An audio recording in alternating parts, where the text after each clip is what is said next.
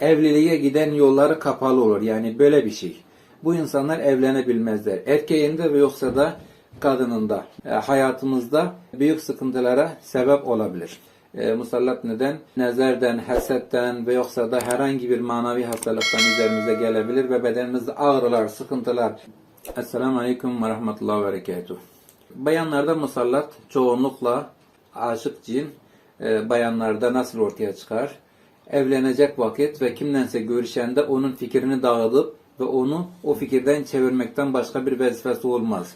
Ve sonra rüyalarında tecavüz olur, yakınlaşma olur, sevişme olur. Rüyalarında böyle cinsellikten alakalı görüntüler görmeye başlar. Kimse onu seviyor ve yoksa yüzük dahi, nişan dahi, evleniyor ve yoksa böyle ne şeyler rüyalar çok görmeye başlar ve yoksa da yatak falan rüyalarında görmeye başlar. Sonra bu bayanlar evlenenden sonra hatta evlenseler sıkıntı yaşanır, gecikmeler olur, gerdek gecesi birleşebilmezler. Musallat varsa onun bedeninde evlense bile hamilelik dövrü çok çetin geçer. Hamilelikte korku, sıkıntı, rahatsızlık ve depresyona girer. Hamile olup çocuk karnında olandan sonra birkaç aydan sonra daha 2-3 ayında başlar çocuğunun öldüğünü görmeye başlar veya çocuktan alakalı birçok şeyler görmeye başlar. Hamilelik sonuna gidebilse, düşük yaptırmazsa ona o musallat olan cin, düşük yaptırabilmediyse de o kadın, o bayan normal doğum yapabilmez. Ameliyattan alır çocuğu. Sonra o çocuklarda sıkıntılar başlar.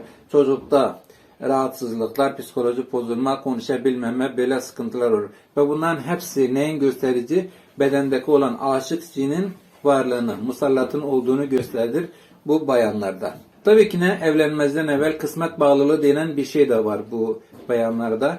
Tabii ki o kısmet bağlılığı da aşık cinden gelir. Bu bedene musallat olan cin hangi sebepten musallat olmuşsa farkı yoktu. Manevi hastalıkların bir tanesine göre musallat olunur ve bu musallat bu insanın bedeninde bağlılık gibi bir şey. Yani erkekleri görmek istemez, erkeklerden sohbet etmek istemez ve kendine kapanma, kimseden konuşmak istemez, kimseyi beğenmemezlik ve böyle sıkıntılar içinde olur bu insanlar. Evliliğe giden yolları kapalı olur. Yani böyle bir şey. Bu insanlar evlenebilmezler. Erkeğinde ve yoksa da kadınında böyle bir şeyler olur.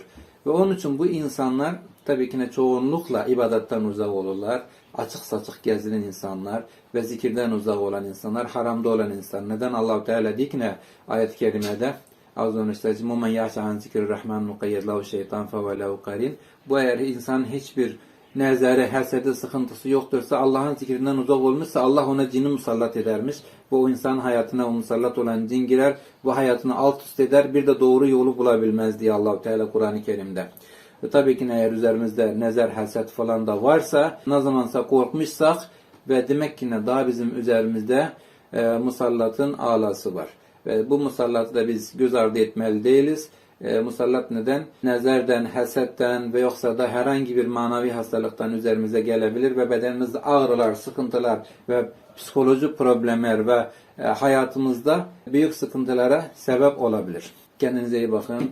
Kanalımıza abone olmayı unutmayın ve yorumlarınızı esirgemeyin ve kanalımızı paylaşın ki daha çok insan faydalansın bizim sohbetlerimizden. Selamun Aleyküm ve Rahmetullah ve Berekatuhu.